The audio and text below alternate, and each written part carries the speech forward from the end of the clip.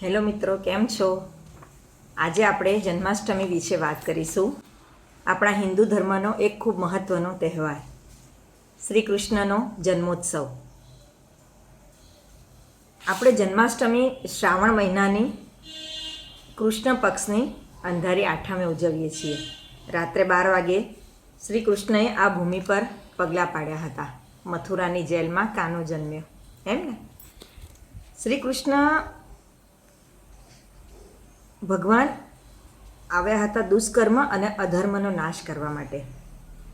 એમનો જન્મ આપણને ખૂબ હકારાત્મક સંદેશો આપી જાય છે. મિત્રો, જન્માષ્ટમીનો તહેવાર આખા રાજ્યમાં, આખા દેશભરમાં ખૂબ સુંદર રીતે ઉજવવામાં આવે છે.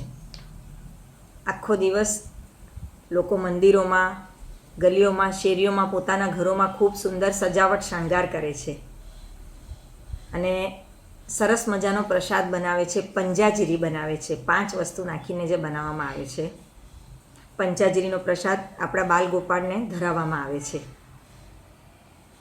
અને રાત્રે 12 વાગે શ્રી બાલકૃષ્ણના નંદ ઘેર આનંદ ભયો, જય કનૈયા લાલ કી, એના જય ઘોષ સાથે મંદિરના દ્વાર ખોલવામાં આવે છે. બાલ ગોપાલને સ્નાન કરાવાય છે. એમનો જન્મોત્સવ ખૂબ ધામધૂમથી ઉજવાય છે. મિત્રો, એક વાત કહી દઉં આ પહેલાં, મારા વિડીયોને જો સબસ્ક્રાઈબ ના કર્યો હોય તો પ્લીઝ સબસ્ક્રાઈબ કરજો, લાઈક કરજો, શેર જરૂરથી કરજો. જય શ્રી કૃષ્ણ. તમારો આભાર. બીજી વાત એ કરીએ કે ઘરે ઘરે દહીં હાંડીના, સોસાયટીઓમાં દહીં હાંડીના કાર્યક્રમો યોજવામાં આવે છે. ઘણા બધા ગ્વાલાઓ, મટકી ફોડ આખી ટીમ આવે છે અને સરસ દહીં હાંડીનો પ્રોગ્રામ ધામધૂમથી બધા ઢોલ નગારા સાથે ઉજવે છે. એ લોકો એક સરસ પિરામિડ બનાવે છે અને એકની ઉપર એક ચડીને ખૂબ કહીએ ને આપણે કે ગોઠવણ કરીને બહુ સરસ રીતે મટકી ફોડનો કાર્યક્રમ કરે છે, જેની બધાને જોવામાં ખૂબ મજા આવે છે. ત્યાર પછી ભાઈ લોકો ઉપવાસ કરે છે. ધાર્મિક રીતે પણ એ સારું છે. એક માન્યતા પ્રમાણે કે આપણે જન્માષ્ટમીનો 8મનો ઉપવાસ કર્યો ફરાળ ખાઈને, અને એક શારીરિક વિજ્ઞાનને પણ એ અનુસરવામાં આવે છે કે જો આવા વાતાવરણમાં તમે ઉપવાસ કરો, ઓછું ખાઓ, રાંધેલું કેવું, તો તમને બીજી કોઈ શરીરની તકલીફ ઓછી થાય. એ દ્રષ્ટિએ પણ લોકો ઉપવાસ કરે છે, ફરાળ ખાય છે. અને એમાં ફરાળમાં ભાઈ મોરૈયો છે, સાબુદાણાની ખીચડી છે, સાબુદાણાના વડા છે, સિંગદાણાના લાડુ છે. ઘણી બધી આઈટમો હવે તો બની ગઈ છે જે ઘરે બનાવે છે, બહારથી લાવીને બધા રાત્રે કૃષ્ણ જન્મોત્સવ પછી આરોગે છે.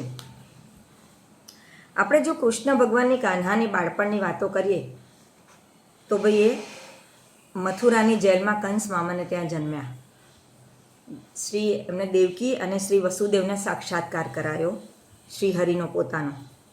યમુના નદીએ પણ એમને રસ્તો કરી આપ્યો કે મારો લાલો જાય છે આ તો. ત્યારબાદ ગોકુળમાં આવ્યા. ગોકુળમાં જાત જાતની લીલાઓ કરી. યશોદાના ઘરે માખણ ચોરી કરી, બરાબર. ગોવાળિયા જોડે ધમાલ કરી. ગોવર્ધન પર્વતને ટચલી આંગળીએ ઉપાડી દીધો ભાઈ.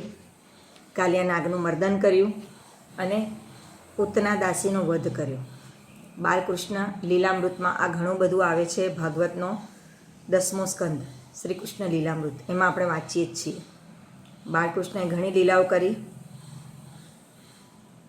કુરુક્ષેત્રના યુદ્ધની વાત કરીએ તો શ્રી કૃષ્ણે પાંડવોને સાથ આપી અને મહાભારતના એ યુદ્ધમાં ઘણો મોટો સંદેશો આપ્યો છે. એ મોટા નીતિજ્ઞ હતા, રાજકારણી હતા. ધર્મના પક્ષમાં રહીને એમણે ખૂબ સુંદર સંદેશો આપ્યો છે કે ક્યારેય આપણે ખોટાનો પક્ષ ના લેવો જોઈએ. બનવું તો સારા કાર્યમાં નિમિત્ત બનવું અને ધર્મનો સાથ આપવો જોઈએ. એટલે આ જન્માષ્ટમીનો તહેવાર મિત્રો આપણને ઘણું બધું કહી જાય છે. આપણે ધાર્મિક રીતે તો જોડાયેલા જ છીએ. બાલકૃષ્ણ આપણા બીજો એક સંદેશ પણ આપે છે આપણને કે સખા, જેમ એમના સુદામા સખા હતા, એમનો પણ એમને છેક સુધી સાથ નિભાવ્યો. એમને ગરીબાઈમાંથી એમને ઉગાર્યા હતા ધર્મના પાલન માટે અને અધર્મના વિનાશ માટે એમણે જન્મ લીધો હતો.